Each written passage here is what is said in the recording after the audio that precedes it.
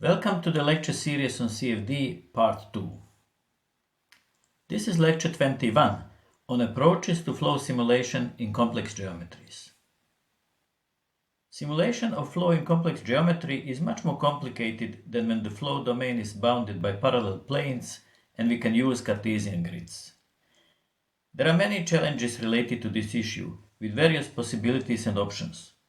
In this lecture, only several widely used options will be presented. The first option is to stick to Cartesian grids and approximate curved and inclined boundaries by steps. This crude approximation can be used satisfactorily in some applications, but in most cases it is not acceptable.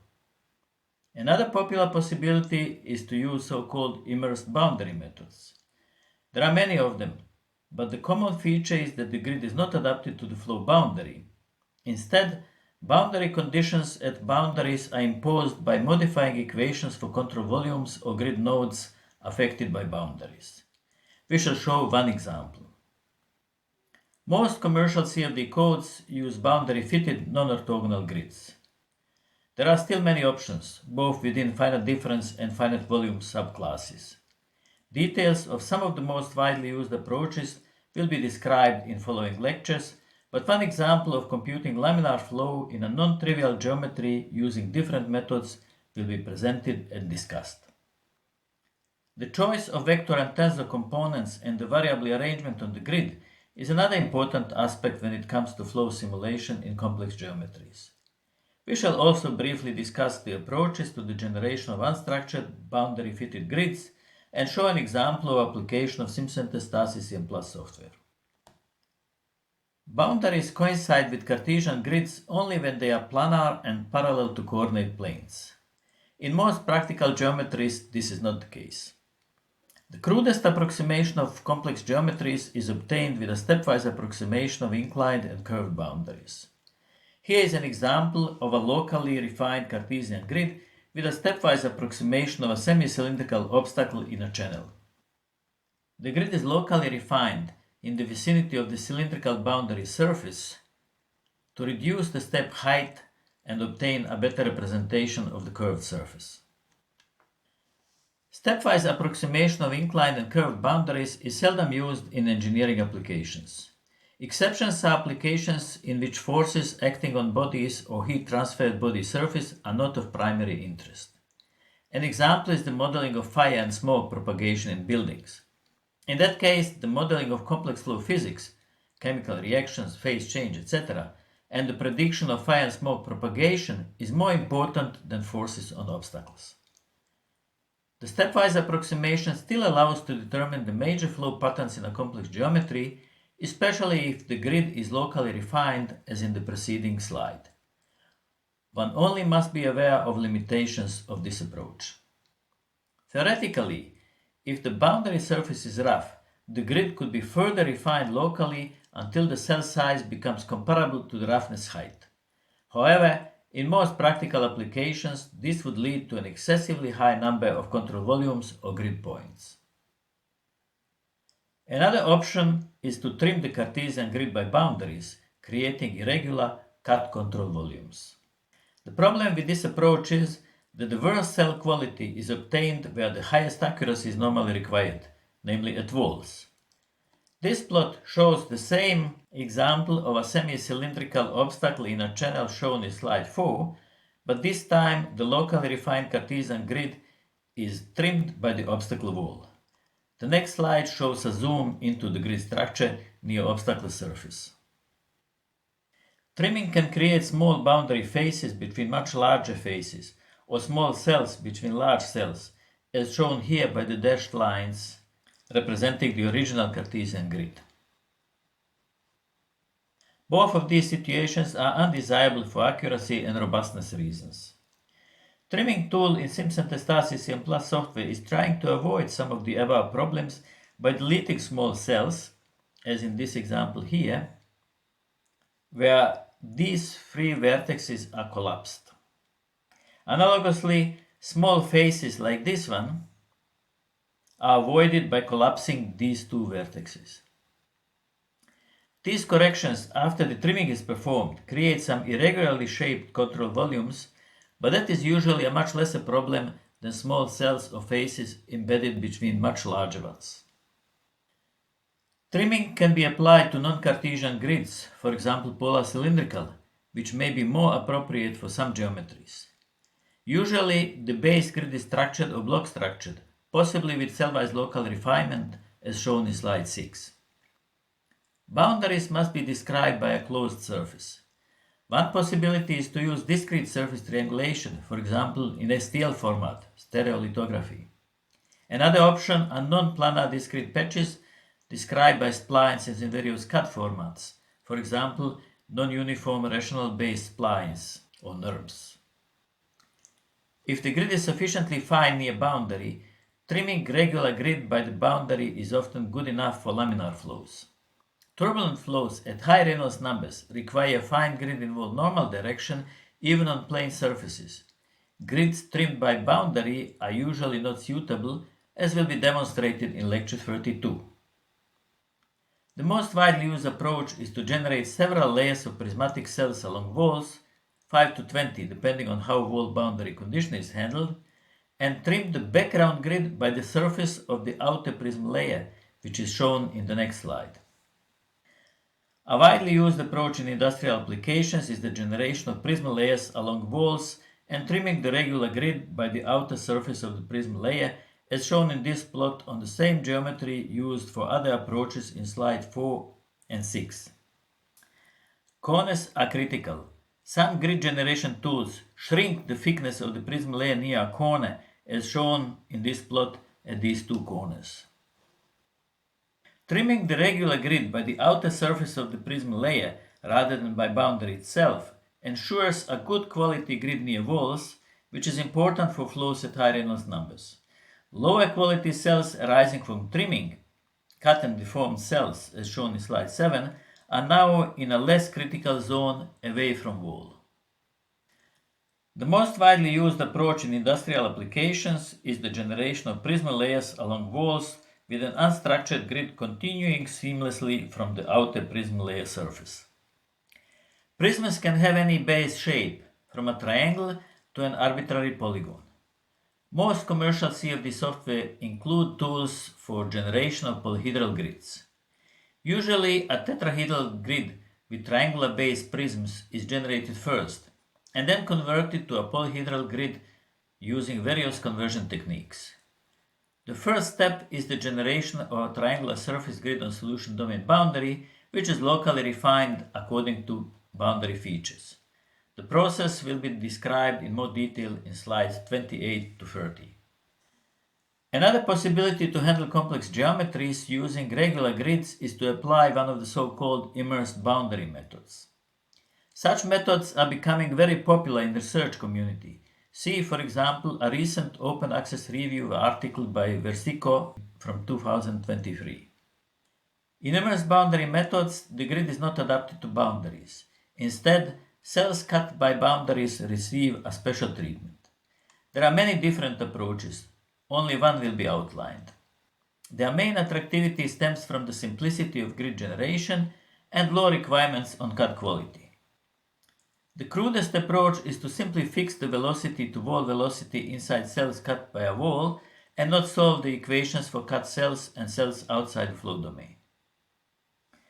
More sophisticated immersed boundary methods impose wall boundary condition at the correct wall location. One possibility using linear shape functions in 2 dimensions will be described in more detail. A linear shape function describes the variation of a variable phi as a function of coordinates x and y using 3 coefficients a, b, and c. The values of these coefficients are obtained by fitting the function to 3 function values which are either known, as in the case of the boundary value, or which will be computed as part of solution, as the values at cell centers n and w. We can now compute from the shape function the value at the node P, which is the center of a cut cell, by inserting into the shape function the coordinates of node P. Variable values at cut cells, which are in this figure marked by red symbols, are forced toward the value which satisfies the shape function. This value changes as the solution at cells n and w changes during the iterative solution procedure. The next slide explains how is the forcing implemented in the iterative solution method. The control volume centered around node P is cut by the boundary and has only two regular neighbor cells, W and N. We want to force the solution at node P to the value resulting from the shape function by adding a forcing term f to the discretized equation. See slide 20 in lecture 18 for an example of how the final algebraic equation is obtained at the end of discretization process. The forcing term must have the same dimension as other terms in the equation, meaning that the difference between the value computed from the algebraic equation and the value that satisfies the shape function should be multiplied by density, volume, and forcing strength gamma. Note that gamma has the dimension of 1/2. If gamma is set to a large number, so that density times volume times gamma is much larger than AP, then the discretized equation returns the solution phi p equal phi p bar from shape function as desired. 4 approaches to simulation of flow in a non-trivial geometry were tested using SimSet Testasis CM+ software. Stepwise approximation of curved boundary, Cartesian grid trimmed by the curved boundary, Cartesian grid trimmed by the outer surface of prism layers at walls, and a primitive immersed boundary method which forces velocity inside obstacle to 0 with forcing strength gamma equal 10 to 20. The test case is a laminar flow in a channel with a semi-cylindrical obstacle on the bottom wall with Reynolds number equal 100 based on the mean velocity and channel height h. The channel extends phi h upstream and 12h downstream of obstacle center. Constant velocity is specified at inlet, zero pressure at outlet. The computational grid is the same in all cases except at the immediate vicinity of wall boundaries.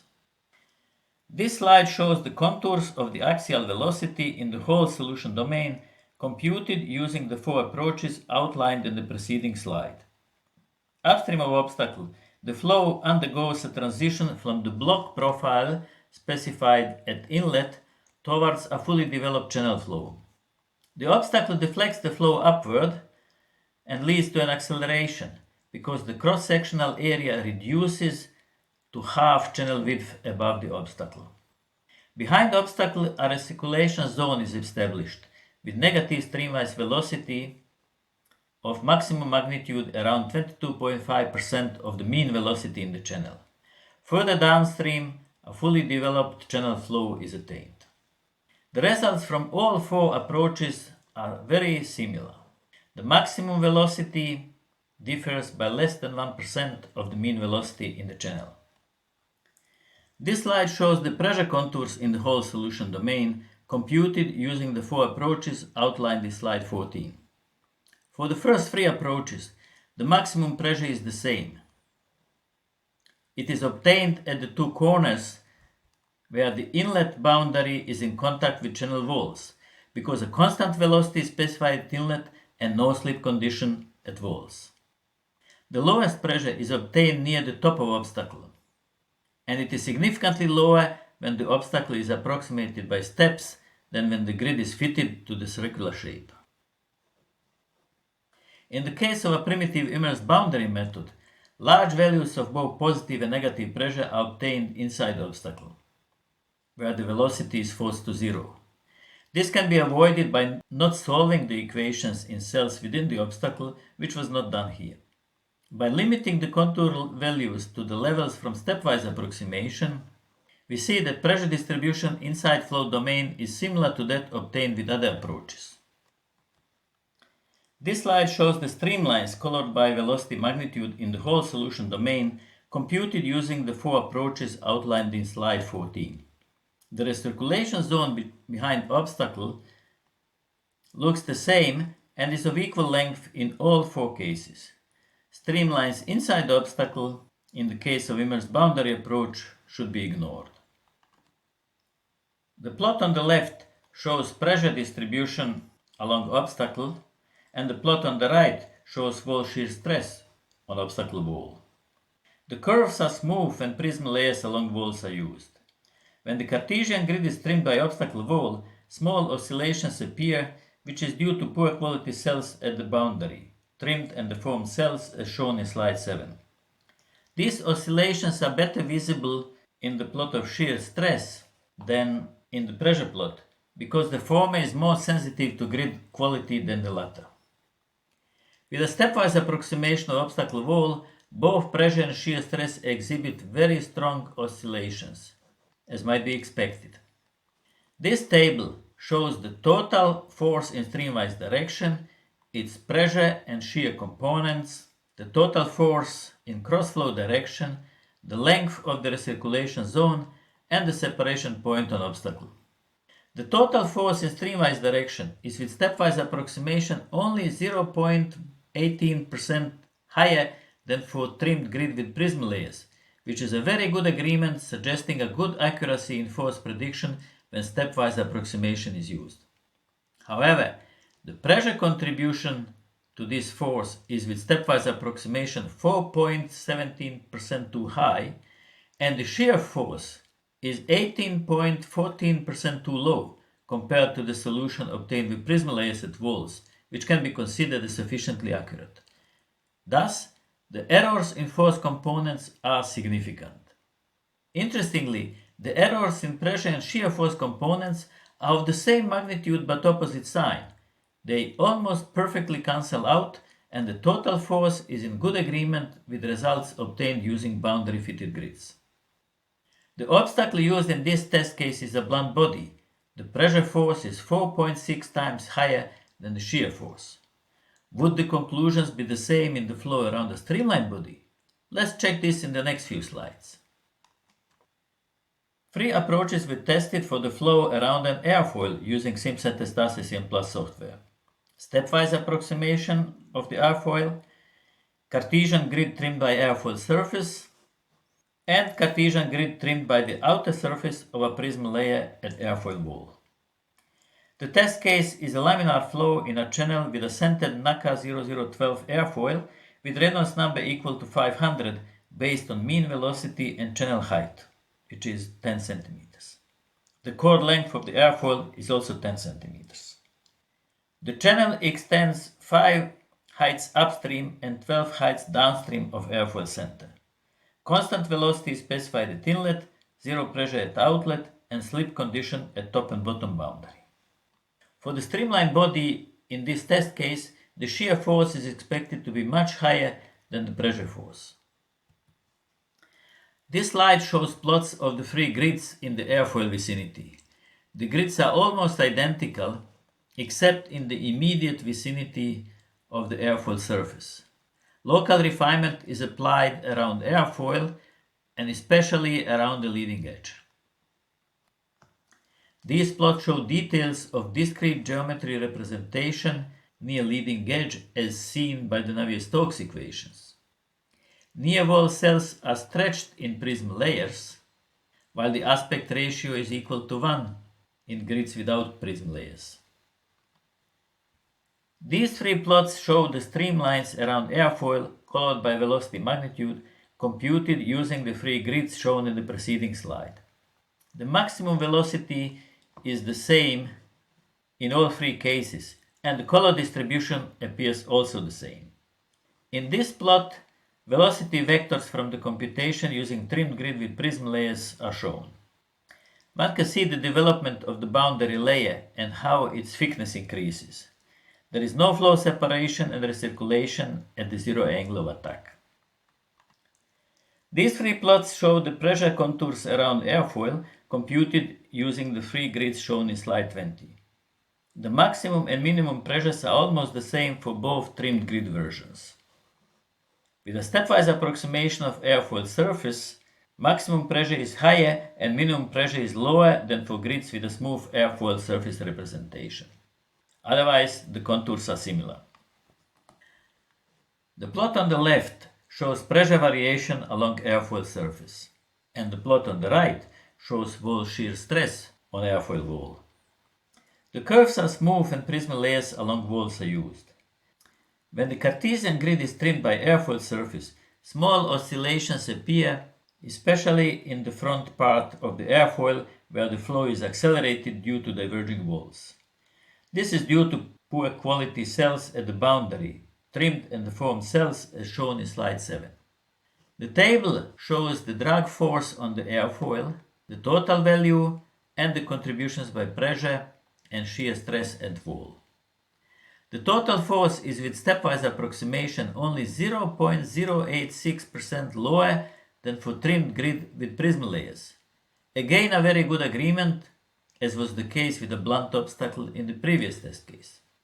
However, the pressure force is with stepwise approximation 26.3% too high, and the shear force is 10.46% too low compared to the solution obtained with prism layers at walls, which can be considered sufficiently accurate.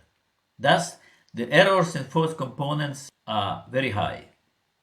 Interestingly, the errors in the pressure and shear force components are of the same magnitude but opposite sign. They almost perfectly cancel out, and the total force is in good agreement with results obtained using boundary fitted grids. The airfoil is a slender body. The shear force is 2.6 times higher than the pressure force, contrary to the previous test case with a blunt obstacle. In both cases, pressure force is overestimated and shear force is underestimated when the curved surface is approximated by steps, and in both cases these errors almost perfectly cancel out so that the total force comes out right. These plots show the residual norm histories for the free simulations. Convergence properties are almost the same in all cases. Trimmed Cartesian grid with prism layers requires about 20% more iterations to reach the same level of residuals as without prism layers. The choice of velocity components to be used in simulations of fluid flow in complex geometries is strongly linked to the choice of variable arrangement on the grid. Grid-oriented velocity components are needed if a staggered arrangement of variables is used. See slide 28. In this case, non-conservative source terms, so-called curvature terms, appear in the momentum equations. For example, for polar cylindrical components, apparent centrifugal force in the momentum equation for R component, shown here, and apparent Coriolis force in the momentum equation for theta component, shown here. These terms arise solely from coordinate transformation. They account for the transfer of momentum from one component to another due to the change of coordinate direction. Many more curvature terms arise in the case of general non-orthogonal grids. This plot shows an example, a uniform velocity field on a polar cylindrical grid. The velocity vector is constant, but the velocity components are also constant only when the Cartesian base vectors are used. If polar cylindrical base vectors are used, the components vary from point to point, depending on local coordinates. They also change sign. The radial component is negative in this part and positive in this part, while the circumferential component is positive on the right and negative on the left. Both components are singular at the coordinate origin. The variation of polar cylindrical velocity components has nothing to do with flow physics. The velocity vector is constant.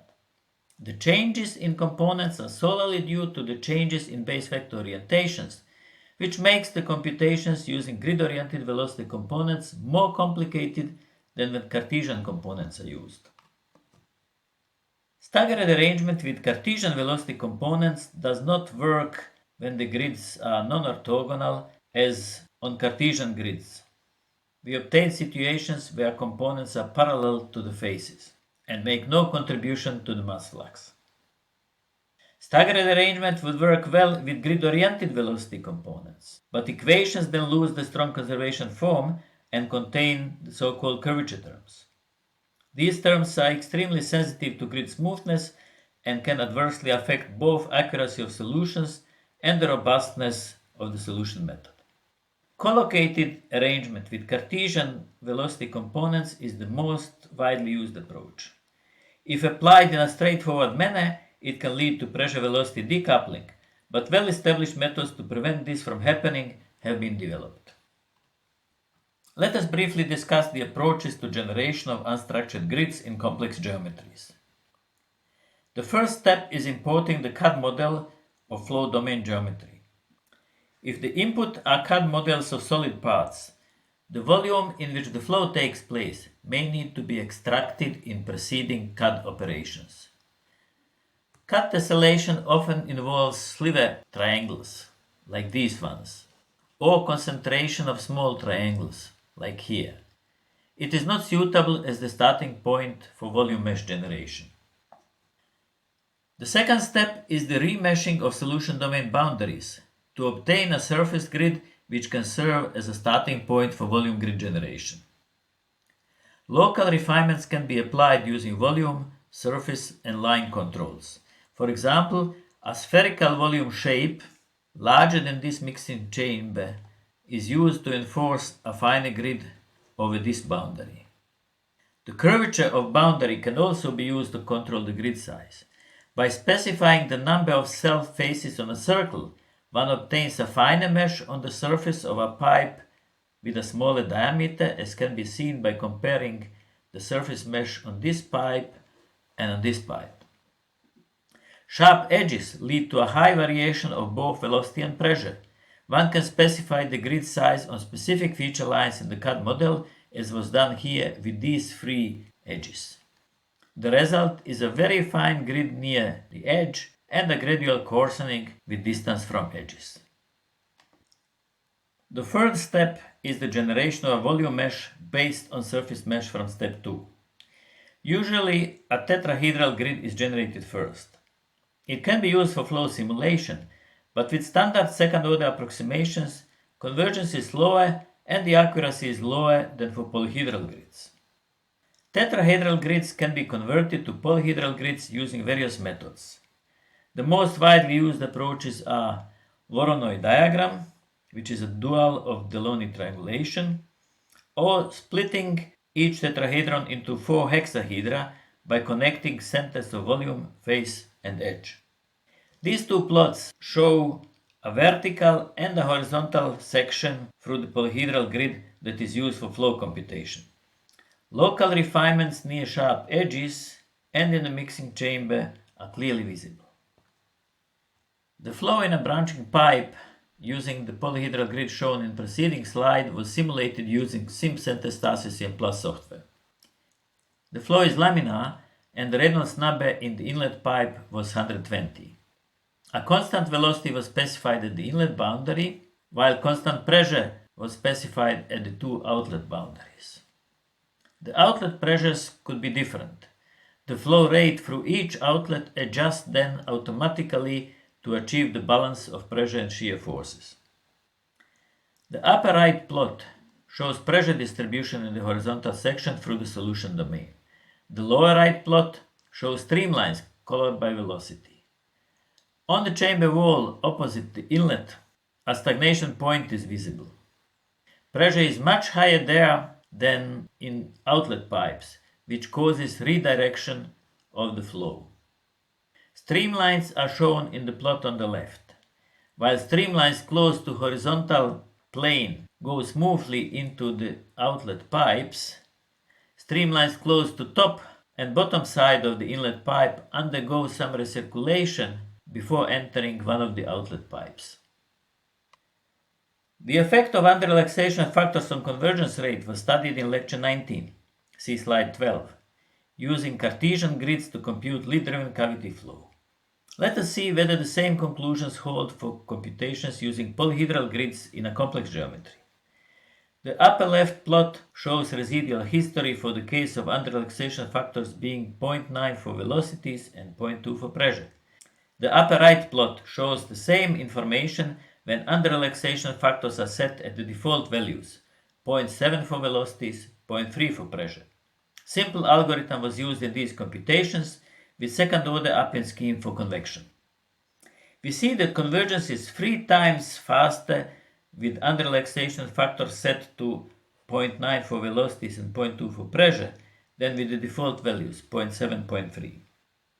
Unless grid properties are very poor, it is always worth trying to use under-relaxation factors higher than the default values in the software. Default values are usually conservative to ensure that results can be obtained even on poor quality grids. Residuals can be reduced to round-off level, as shown in the bottom left plot for the combination of under-relaxation factors 0.9 for velocities and 0.2 for pressure. Let us now summarize the main takeaways from this lecture. Complex geometries pose additional challenges for flow simulation.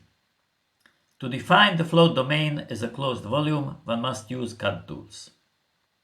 Regular grids, Cartesian, polar, cylindrical, spherical, can only be used if boundaries are represented by staircase approximations and the grid is locally refined near boundaries. This approach may give satisfactory results for laminar flows or when forces are not important and flow patterns are of main interest, for example, for fire and smoke propagation simulation. Regular grids can be trimmed by boundaries. In this case, the grid may have poor quality near boundary due to cut and deformed cells. This is not satisfactory for turbulent flows. Immersed boundary methods mark cells which are intersected by boundaries and apply special treatment to them with the aim of satisfying properly boundary conditions. These methods are popular in the research community but have problems with turbulent flows at high Reynolds numbers. Boundary-fitted unstructured grids with prism layers along walls are standard in industry.